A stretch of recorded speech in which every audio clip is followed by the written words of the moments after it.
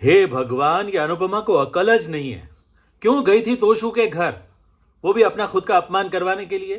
पता था कि बेटा मुंह मोड़ लेता है, फिर भी उसके घर गई और जाने के बाद मिला ना बड़ा लाडवा, मतलब कि लड्डू अपमान का। नमस्कार, मैं हूं संदीप पंड्या और आप देख रहे हैं मेरा चैनल सीरियल और संदीप। आप सभी का स्वागत है। अभी तक आपने मेरे चैनल को सब्सक्राइब नहीं किया, अरे तो कर लो ने भाई, बेल आइकन को दबा दो, ताकि क्या है आपको मेरे वीडियोस के नोटिफिकेशंस मिलते रहेंगे और आप सीरियल के आने वाले टर्न्स और ट्विस्ट के बारे में भी जानकारी हासिल करते रहेंगे। अनुपमा अनुपमा, हम सब ने बोला था कि अनुपमा को नहीं जाना चाहिए। आप में से भी कितने सारे लोगों ने मैसेज करके बोला था कि अनुपमा को किंजल के घर, तोशु के घर नहीं जाना चाहिए। फिर भी वो गई और देखो क्या हो गया ना अपमान। अब वजह चाहे जो भी हो, वो अपनी पोती के लिए गई हो या बहू के लिए गई हो, मजबूर हुई हो, कुछ भी हो, लेकिन उसको नहीं जाना चाहिए था उसके घर पे। और गई तो गई और वहां पर अपमानित होकर लौटेगी। तोशु ने कितना बड़ा अपमान कर दिया अपनी मां का। एक तो गेट आउट कह दिया, ऊपर से हाथ में पैसे थमा दिया कि ये लो टैक्सी के पैसे, चली जाओ यहां से। ऐसा कौन करता है? अब तो अनुपमा को सच में तोशु के नाम पर चौकड़ी मार देनी चाहिए। भूल जाना चाहिए कि उसका कोई बेटा भी है तोशु नाम का। माना कि बहू और पोती उसके साथ रिश्ता रखना चाहते हैं, बहुत अच्छे हैं, तो उनके साथ फोन पर बात कर ले या अपने पास बुला ले, लेकिन वहां उनके घर पे तोशु के रहते हुए तो बिल्कुल नहीं जाना चाहिए। हे भगवान, क्या हो गया है ये आजकल के बच्चों को, कुछ समझ में नहीं आता।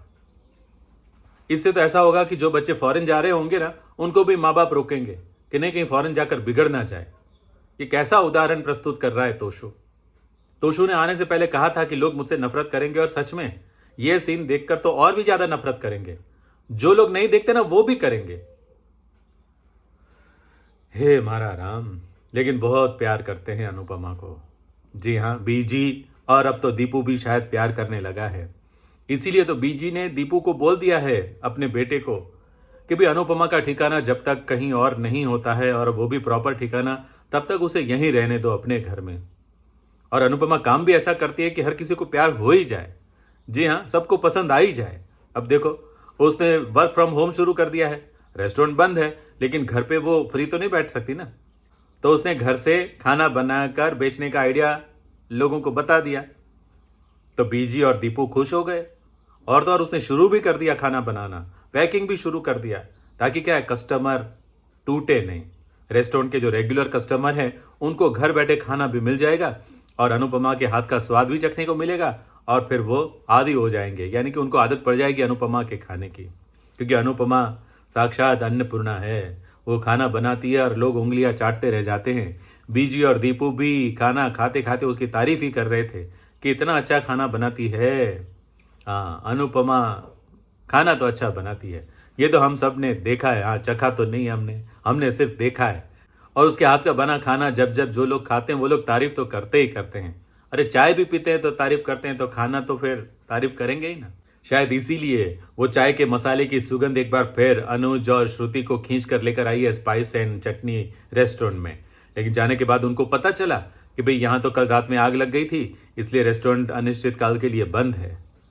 तो श्रुति और अनुज को चिंता हो गई कि वो फिर स्टाफ मेंबर कहाँ गए, क्योंकि अनुज को कंफर्म करना था कि जोशी बहन कौन है, वो जानना था, और श्रुति को जोशी बहन से मिलना ही मिलना था। और उसने अनुज को वजह भी बताई कि उसको जोशी बहन से इसलिए मिलना है क्योंकि कुछ ही समय में वो अपनी सी लगने लगी है। अब अनुपमा का नेचर है ही ऐसा, जो भी मिलेगा वो उसे अपना बना ही लेगा। तो श्रुति ने भी ये बात बता दी कि वो अनुपमा से मिलेगी, अपने मन की बात बोलेगी, तो उसका मन हल्का हो जाएगा। और अनुज को ये कंफर्म करना है कि भाई जोशी बहन ही अनुपमा है कि नहीं है। हालांकि आद्या ने बोल दिया है कि जोशी बहन अनुपमा नहीं है, लेकिन फिर भी उसका मन नहीं मान रहा है। जी हाँ, इसीलिए तो गाना बजता रहता है ना, दिल है कि मानता नहीं। तो अनुज का भी दिल नहीं मान रहा है, इसीलिए तो वो कंफर्म करना चाहता है, और हो ही जाएगा 28 तारीख को कंफर्म, क्योंकि अनुपमा का अपमान तो होगा ही होगा।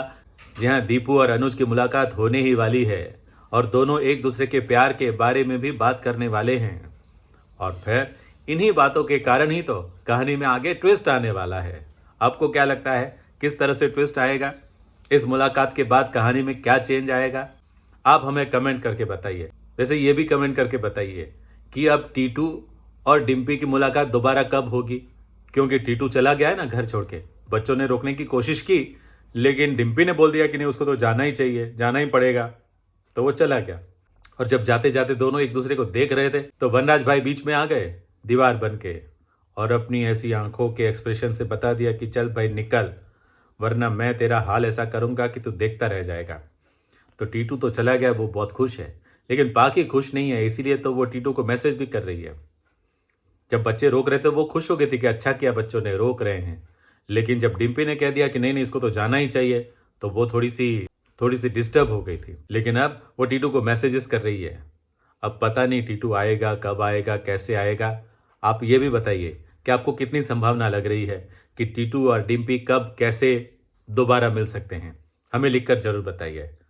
तो चलिए हमें ये बताइए कि आज का ये वीडियो आपको कैसा लगा। अच्छा लगा हो तो लाइक कीजिए, शेयर कीजिए, और हाँ, सब्सक्राइब करना मत भूलिए। जय श्री कृष्ण।